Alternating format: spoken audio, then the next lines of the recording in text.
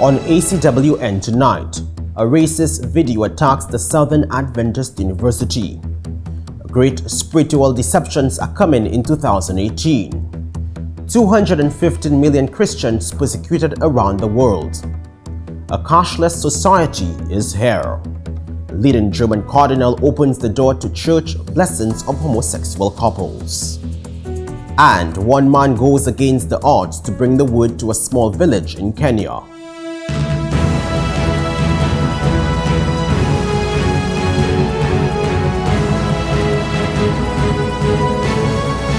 This is Advent Channel World News Tonight with Nathaniel Amelia.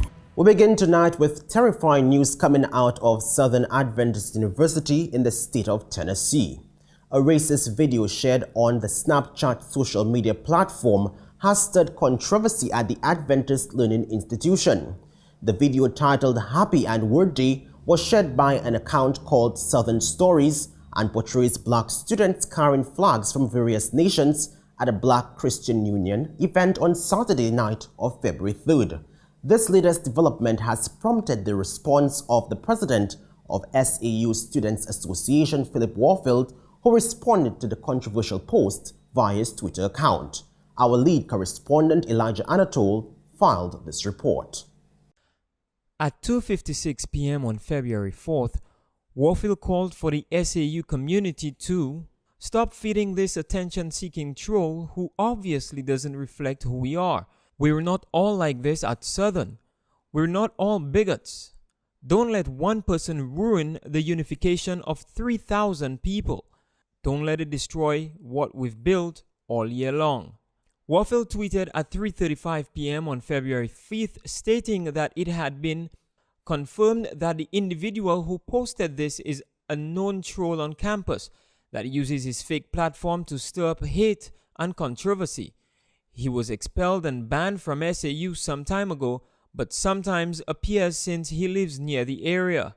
Anna Bennett, Associate Chaplain at Southern Adventist University, responded via Facebook on February 4th to criticism of the racist video, saying, "We must combat racism in our educational institutions, in our churches, and in our own organizations. It is a real problem and has to be aggressively attacked, not just passively pushed around on our agendas as calendar months pass by." Bennett stressed that the post was not from an official SAU Snapchat account. According to her, this was not an official account of Southern in any way. It is unfortunate that one person can overshadow all the good that happened on our campus this weekend. The real point, Bennett says, is that it's not just one person's racial remarks. It's institutional racism that must be unitedly attacked at every level in our institutions, not just administratively, but most importantly on this crucial level. As of publication of this post, an official response to the racist video has not been posted on SAU's website or Facebook page. Southern Adventist University is an Adventist institution in Collegedale, Tennessee, owned and operated by Southern Union of the denomination. It has about 3,000 enrolled students. Reporting for ACWN, I am Elijah Anatole. We continue the broadcast with a questionable warning coming from two renowned evangelicals from the United States of America. A shocking prediction by Kenneth Copeland and Paula White has raised fear in many of their followers online, and now many are saying the end of the world could come before the year is over. Gregerson Vitalis has more in this report. The Bible says, "And he doeth great wonders, so that he maketh fire come down from heaven on the earth in the sight of men, and deceiveth them that dwell on the earth by the means of those miracles which he had power to do in the sight of the beast." Revelation chapter 13, verse 13 to 14. Copeland says, "The Lord told me 2018 is the year of the Holy Ghost and fire." And Paula White says, "If we thought we did some things last year, 2017, boy, wait until this year, 2018. Both of these people are on Donald Trump's Faith Advisory Board, and they are both stating that major movements are coming for 2018. Many of Trump's faith advisors are of the charismatic movement, And guess who united with the charismatic movement recently? That's right, Pope Francis, the leader of the Roman Catholic Church. As Revelation chapter 13 states, the second beast, America, will perform signs and wonders in the sight of men, even making fire come down from heaven to deceive the world. So what are we going to see in 2018? Time will tell. But one thing is for certain. We are seeing the final events of Bible prophecy take place, and Satan is soon to manifest his final deceptions through the churches, enforcing worship according to the dictates of the Papal Church of Rome. Jesus, in the book of Matthew chapter 24 verse 42 says, "Watch therefore, for ye know not the hour your Lord doth come." The signs are all around us, but many are so caught up in this life that they have overlooked the signs foretold by Jesus as well as Daniel and the Revelator. For this reason, many will be caught with their pants down when the clock strikes midnight. Reporting for ACWN, I am Gregerson Vitalis. The U.S. Senate has confirmed Kansas Governor Sam Brownback, a Catholic, to be the new U.S. Ambassador at Large for International Religious Freedom in the U.S. Department of State. Nominated to the post in July by President Donald Trump, Brownback was confirmed January 24th. The Senate vote was 49 to 49, and Vice President Mike Pence cast the tie-breaking vote. On January 25th, Brownback announced he will resign the office of governor January 31st. Thomas Farr, president of the Religious Freedom Institute in Washington, welcomed the Senate's confirmation of the Republican governor for the post. In a statement released by Farr, he said, "Ambassador Brownback's deep experience and his commitment to religious freedom for all people will help ensure American leadership in the vital work of reducing global religious persecution.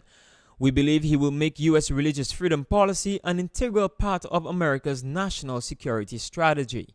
According to Farr, rising levels of global religious persecution are being fueled by violent religious extremism, oppressive government policies, and aggressively anti-religious secularism. He anticipates that Brownback will lead U.S. policy in addressing what he calls a global crisis. Did you catch that? They are looking for a robust defense of religious freedom to defeat extremism. Seventh-day Adventists have been saying many times during the past few years that this religious freedom they are pushing is for the sole purpose of uniting the world against any form of what they see as extremism. Will Muslims who hold an extremist belief come under this religious freedom umbrella? Of course not. These leaders want Islamic extremism defeated. So do you think those of us who preach God's truth about the fallen churches of Babylon, that man of sin, and that Antichrist religion, the Papal Church of Rome, will come under this religious freedom umbrella? Not a chance. Satan is using these extremist Muslims to bring about unity with Babylon and the world, and anyone who is not willing to submit to their rules will not receive any kind of religious freedom. Instead, will be persecuted, just as Revelation chapter 13 verse 15 states. 215 million Christians experience high levels of persecution around the world, according to Open Doors, a human rights organization. On its recently released World Watch List 2018, which ranks the world's 50 worst nations wherein to be Christian, 3,066 Christians were killed, 1,252 abducted, and 1,020 raped or sexually harassed on account of their faith, and 793 churches were attacked or destroyed. Viewers' discretion is advised for the story.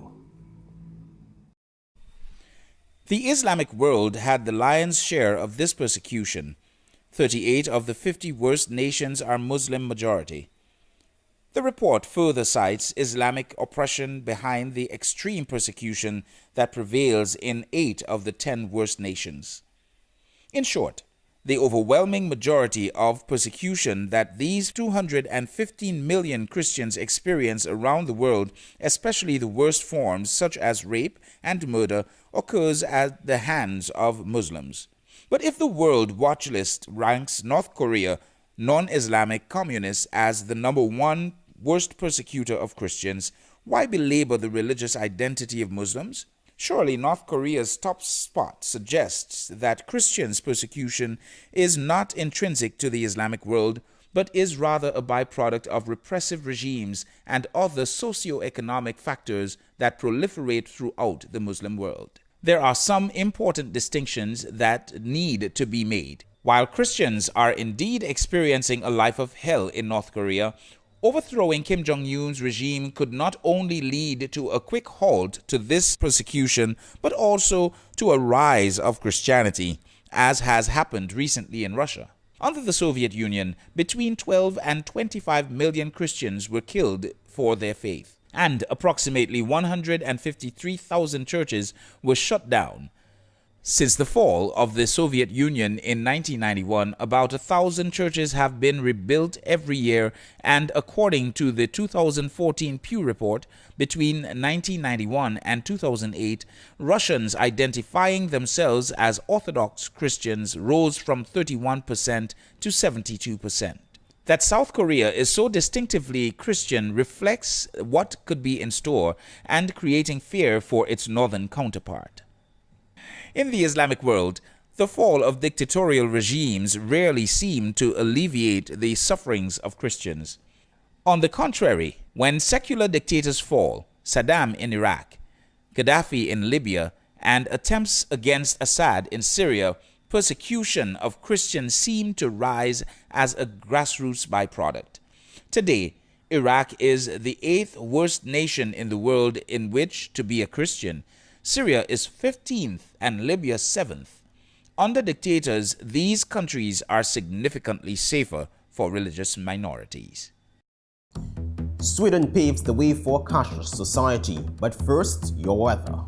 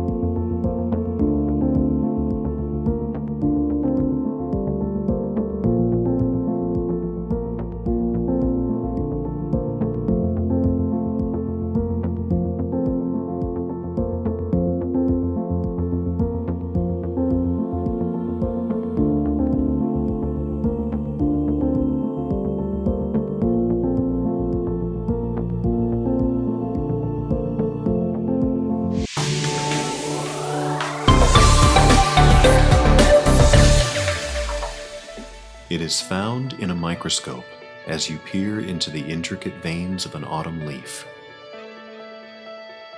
It is found in the colors of your paint dancing on the canvas.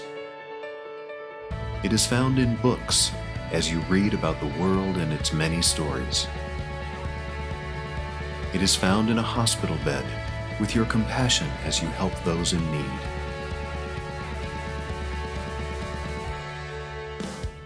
It is the passion within your heart that fuels you, that drives you to the next step, pushing you forward. And over all that, there is God, the one who put the fire inside you, the one who placed that desire to learn, to create, to excel. Direct your passions to fulfill God's purpose in your life and the world.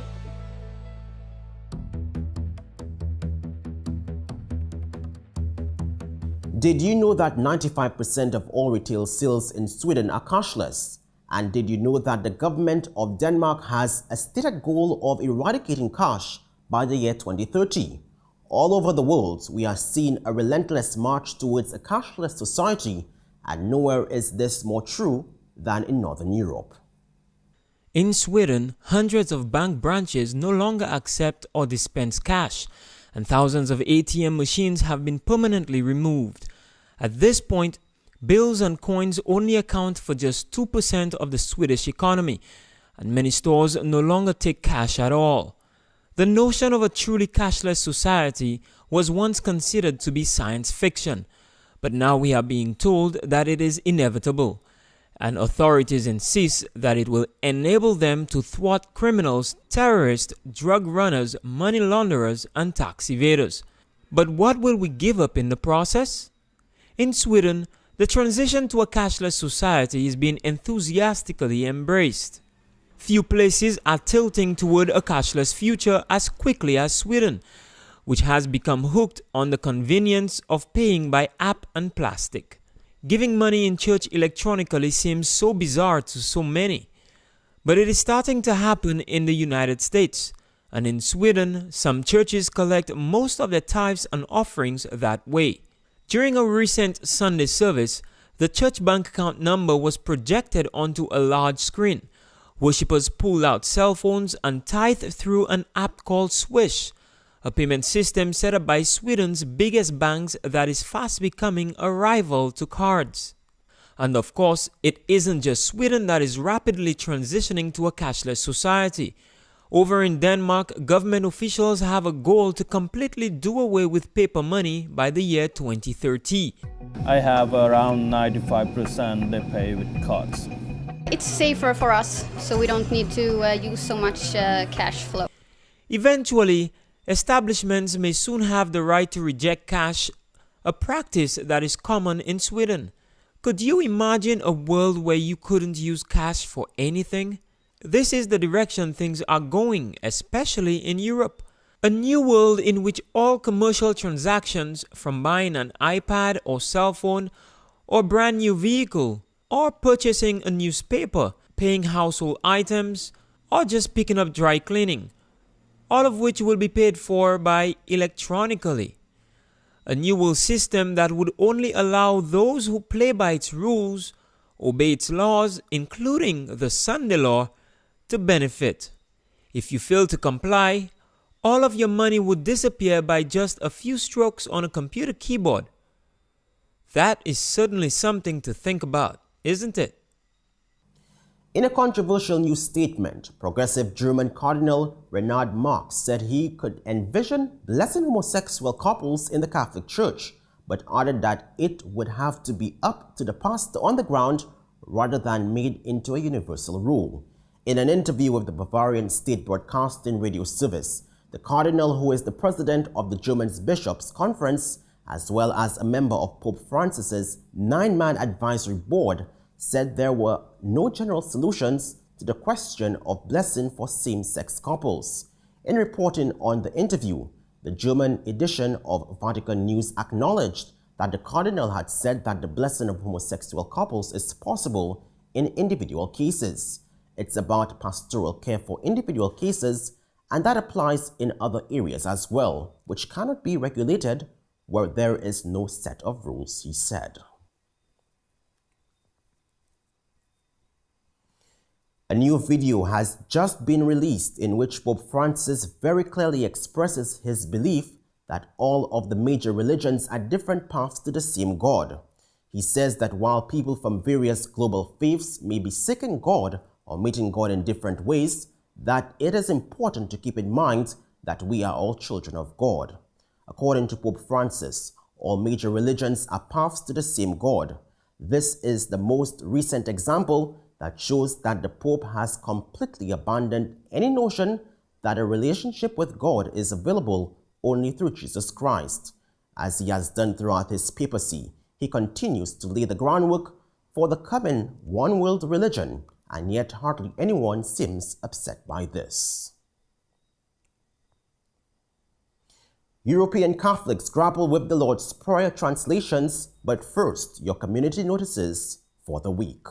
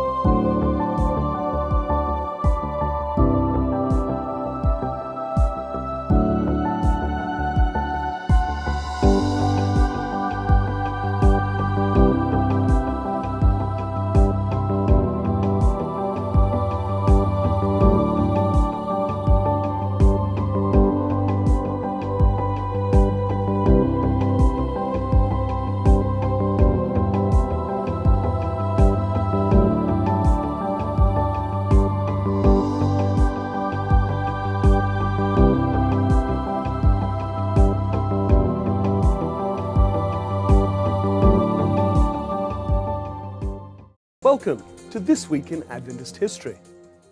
On February 4, 1879, Samuel Mitchell died of tuberculosis in Brooks, Georgia, aged just 29. He had helped to found the Adventist Church in Quitman, Georgia, one of the first congregations in that state. In July 1878, Mitchell was arrested under the state Sunday laws for plowing in his field on a Sunday. He was not allowed a lawyer, but as eyewitnesses recorded, he replied readily to the prosecution, showing himself familiar with the Bible and maintaining his right to religious freedom. But the judge disagreed and fined him. Mitchell refused to pay and was condemned to a month in jail. As his obituary records, Mitchell believed he could do more good, could better help on the great work of reform of the Sabbath, and bring it before more minds by passing 30 days in jail than by paying the fine.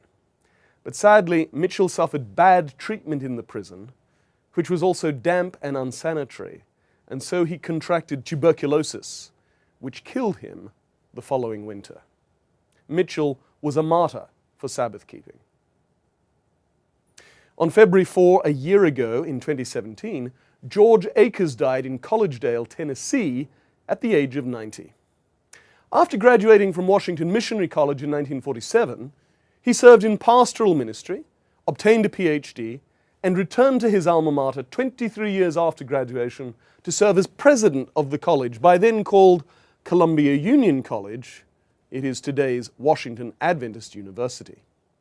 Akers was president from 1970 to 1974, part of a more than 50-year career as an administrator and educator at Adventist academies, colleges and universities around the North American division. That was this week in Seventh-day Adventist history. The Lord's Prayer has a reassuring ring for Roman Catholics who recite it in English.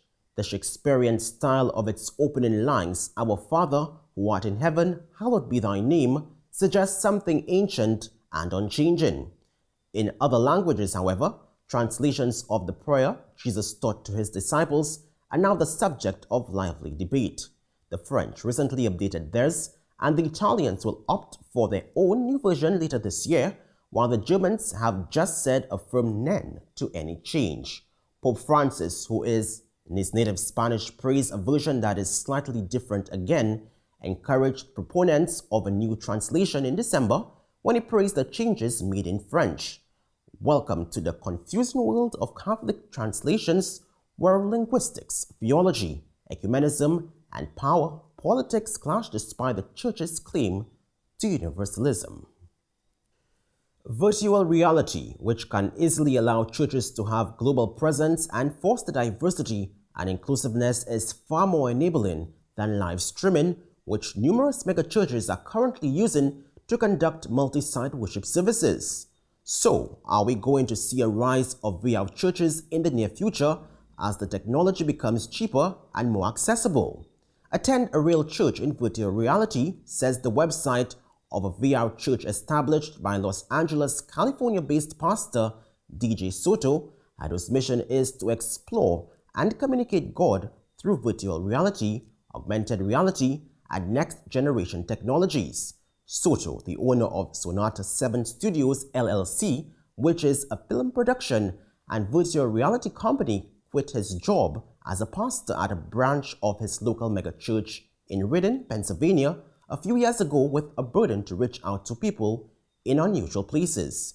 He and his wife even sold their home and most of their belongings and moved with their 5 young children into a 30-foot trailer.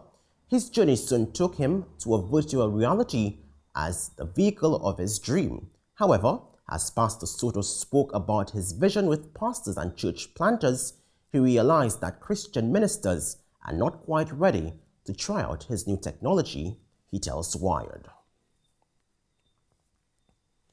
Seventh-day Adventist pastors, leaders, and communicators got a glimpse of the new website that the Inter-American Division's Communication Department will be launching soon. The preview of the website was featured during a ComSession event. The new website will continue to feature news, more stories, more resources, all adapted to the church's latest identity guideline system. COM sessions take place every 3 months and is a series of talks on innovation, creativity, and collaboration for pastors and leaders in the church across Inter-America. Communicators and technologists also explained new cybersecurity safeguards, including the website, the new contents formats, its user-friendly visual design, and new collaboration among Inter-America's regional territory to generate more content.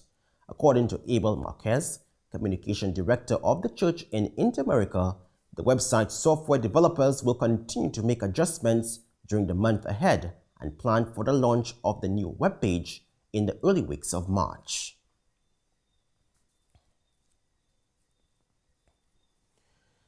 A new discipleship initiative from the Seventh-day Adventist Church in Australia, AUC, will empower local church elders to baptize twice a year. It is the first time local church elders will participate in such a program, which was received support from the South Pacific Division Church Region and the General Conference, which coordinates the work of the church around the world. AUC Personal Ministries Director Christian Copesano said the new initiative will empower local church elders to function according to their highest spiritual calling. Biblically, elders were the cornerstone of the local church for both pastoral care and discipleship, he added. Currently, the church manual allows elders to baptize potential new members subject to the approval of the conference, where the baptism is in a remote location. Under the new system, local church elders who have completed a training program will be able to baptize on the last Sabbaths in July and November. The church is adamant on changing the leadership culture in the Inter-American Division. But first, this is Advent Channel World News. Across America, from the mountain states to the Midwest, from the East and South, in sleepy towns and bustling cities, the work of Adventist Health System is defined by a unifying thread that winds through more than 150 years of a health and healing legacy. In the mid-1800s, health and long lives were rare. Good health care was practically non-existent, and doctors often prescribed odd elixirs and treatments, some of which were as harmful as the diseases they promised to cure. People were afraid of night air, and bloodletting was still a common practice. But several founders of the newly organized Seventh-day Adventist Christian Church had a better idea. They believed God had already provided the best remedies in nature, and they turned their attention to prevention, suggesting that fresh air, sunshine, rest, exercise, nutritious food, and clean water could help people stay healthier. They also proposed that a simple diet rich in nutritious foods would help build stamina and strength.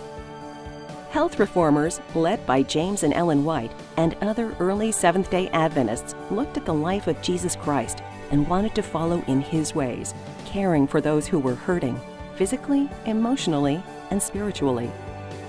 With this mission in mind, these pioneers launched the Western Health Reform Institute in Battle Creek, Michigan on September 5, 1866.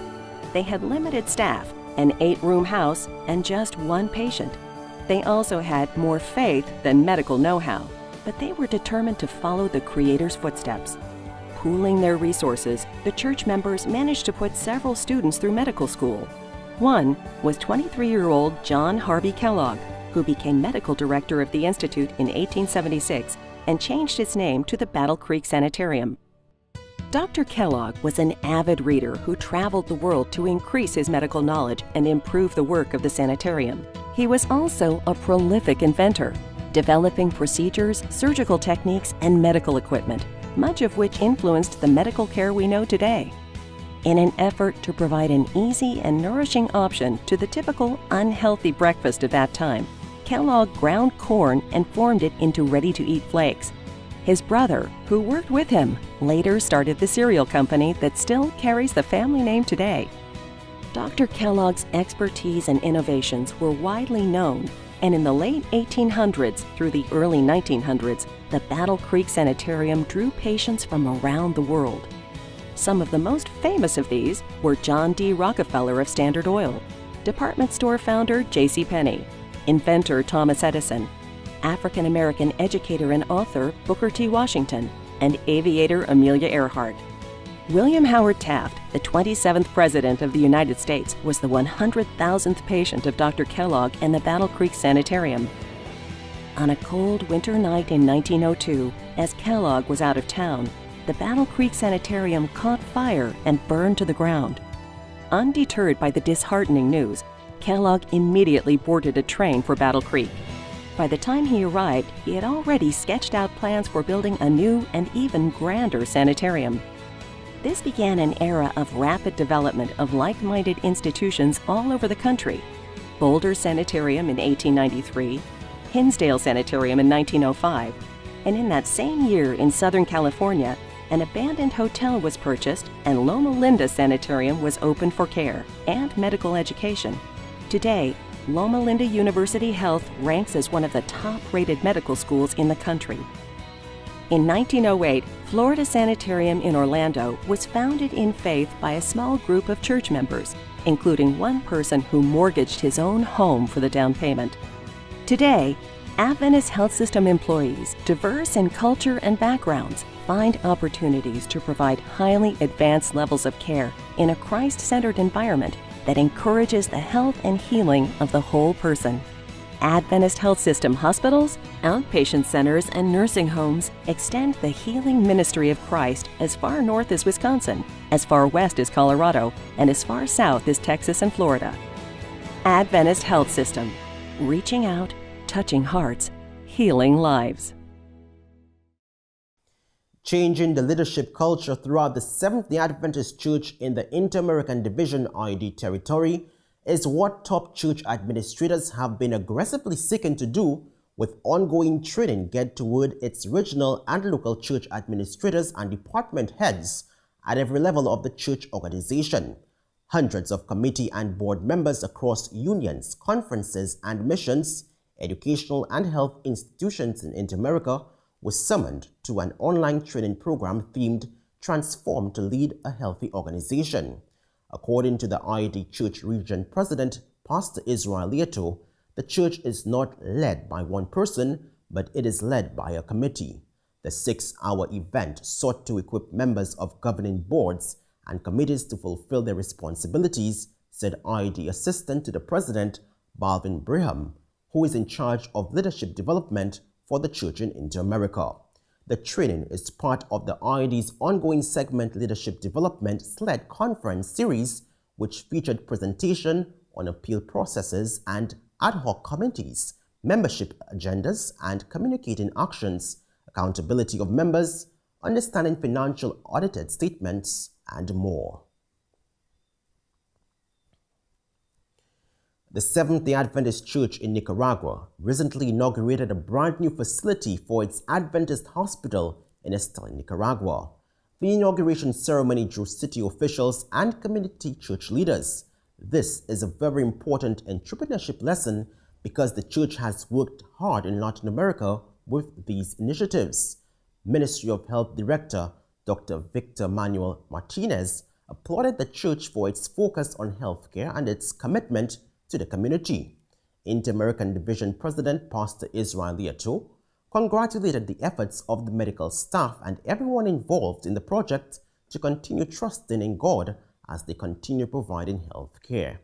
The 3-floor modern facility has 10 private rooms and 20 beds. The Nicaragua Adventist Hospital is owned and operated by the church in the South Central American Union, headquartered in Costa Rica. The hospital is part of a network of 14 hospitals operated by the Seventh-day Adventist Church on the AHS in Inter-America. For many of us, getting a drink of water is as simple as turning on the faucet. But over in northern Kenya, getting water is a lot more work. In this week's mission story, Julius shows us how his faith and commitment can help change his community in Kenya. Let's see how a global mission pioneer is impacting this African village.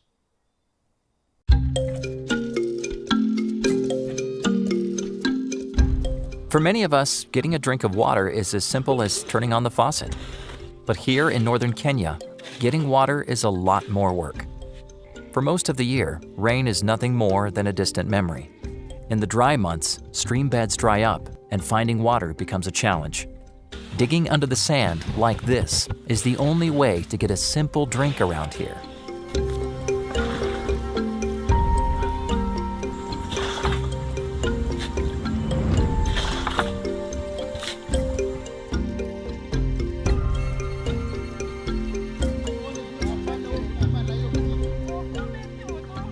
Julius is a global mission pioneer working in this part of Kenya.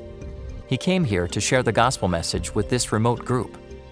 Through Christ's method, Julius has developed real relationships with the villagers, and many of them have accepted Jesus into their hearts. Sadly, these new believers don't have a church building of their own to worship in. They meet regularly inside this humble, mud-walled building. This space is a public facility owned by the area chief, and he allows them to gather here. The villagers hope to have an Adventist church building someday. They trust that God will provide for them and are grateful for the temporary space they worship in now. This has been the location of countless Bible studies, prayer meetings, and singing sessions. Julius loves discussing new topics with the villagers, and they are eager to learn more. Joseph and Penina are married, and they've been studying the Bible with Julius for quite some time now. They have committed their lives to Jesus, but haven't had the opportunity to be baptized yet. Joseph and Penina have been waiting about a year for enough rain to come to this area so they can get baptized. It is so dry that it isn't possible without a good rain. Until then, they wait patiently and continue studying and learning with Julius. Despite the challenges, God is doing amazing things in villages like this through the work of Global Mission Pioneers. Julius and other pioneers in Kenya ask for your prayers. Advancing the work can be difficult here, but God's faithful servants are eager to share His message. Please pray for pioneers around the globe and consider how you can support them. Thank you for supporting Mission. And with that inspiring story, we have come to the end of this week's broadcast. Join us next week, Friday, for the Advent Channel World News Package. Remember to send us stories of events happening in your neck of the woods at theadventchannel@gmail.com, and we will feature it in our newscast. From all of us here at the Advent Channel, have a blessed and uplifting Sabbath. Good night.